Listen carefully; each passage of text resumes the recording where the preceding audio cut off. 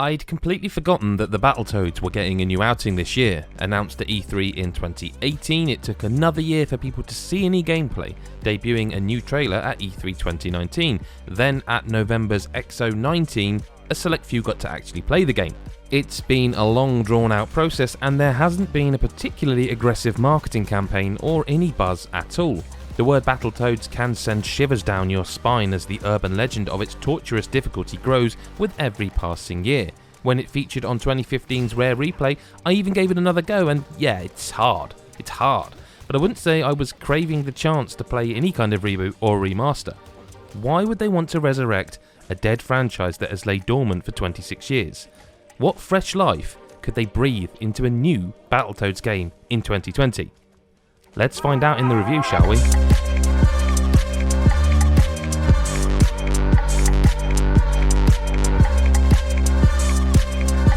So I'm gonna make a pretty big statement here and you might want to sit down. Battletoads is currently in my top 5 games of the year. If ever there was a game to bring unbridled joy and copious amounts of belly laughs, the Battletoads reboot provides it in spades. I can't stress how good the side-scrolling fighting is. Each of the Battletoads has different moves and you've got a wide range of abilities to help you through the challenging levels. Rash is the more balanced character, Pimple is the slow but powerful brute, and Zitz is the faster of the three. You can hammer the attack button, but dashing out of the way is just as important as beating up your enemies. Each Toad has a power move and the animations for each one are fantastic. You can also spit bubblegum at your foes to temporarily hold them in place, and you can use your tongue to pull them closer for a barrage of melee attacks. Much of the game throws myriad bad guys at you at any one time, and they all have specific abilities that will cause you to attack them differently every time. The designs of the enemies are diverse and their attack patterns are equally as varied. Some will combust into balls of electricity that can conduct in water and create a bigger surface area of damage. Others will charge at you and wipe out a large portion of your health, whilst long-range enemies will fire everything from lasers, axes and ice cream at you.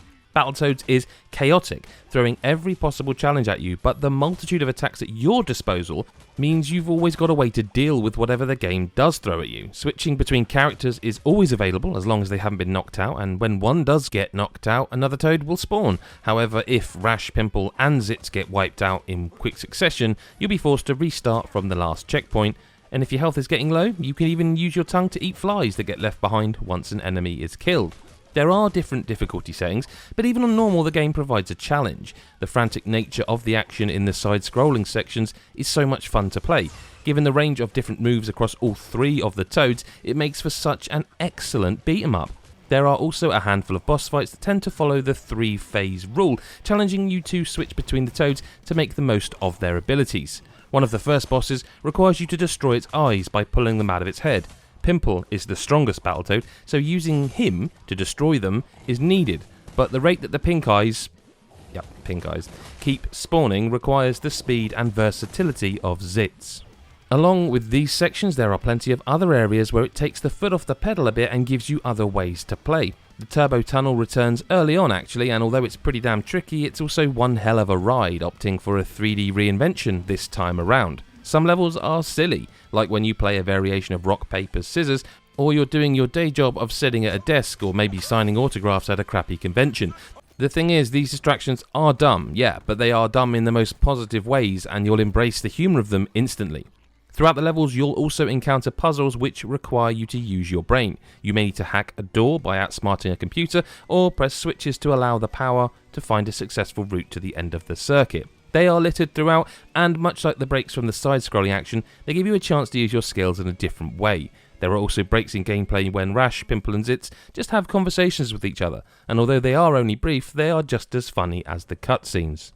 Battletoads feels like something you'd happily watch on Cartoon Network. It's funny on different levels, much like Teen Titans Go and The Amazing World of Gumball. I laughed a lot, not just at the jokes and the exceptional voice acting, but the multiple times the game goes meta. It pokes fun at itself all the time, and it doesn't hide the fact that it's an old franchise that never needed to make a comeback. The fact this game is so good is a testament to what a great job has been done, proving that anything is possible. The levels are gorgeous, featuring hand-drawn backgrounds filled with plenty of colour and bold designs. From the amusement parks to alien planets, everywhere you look gives you something gorgeous to admire. The cutscenes have been animated to a high level as well, and you'll often forget that you're playing a game during them. Battletoads is so vibrant and easy on the eyes that you're never going to get fed up with the art style.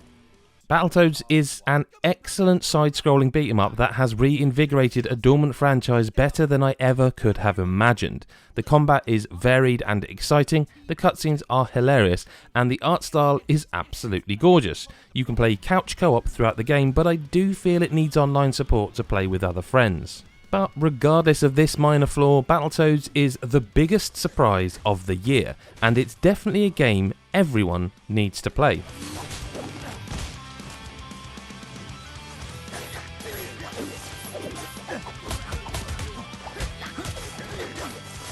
Hey, Adam from God is a Geek here. I hope you enjoyed Chris White's review of Battletoads. I have to say, by the way, I'm with him. I've played it on PC myself, and shocked is one way of putting it. After a year where we got Streets of Rage 4, which was so amazing, getting another one of that style of game that's a game I just...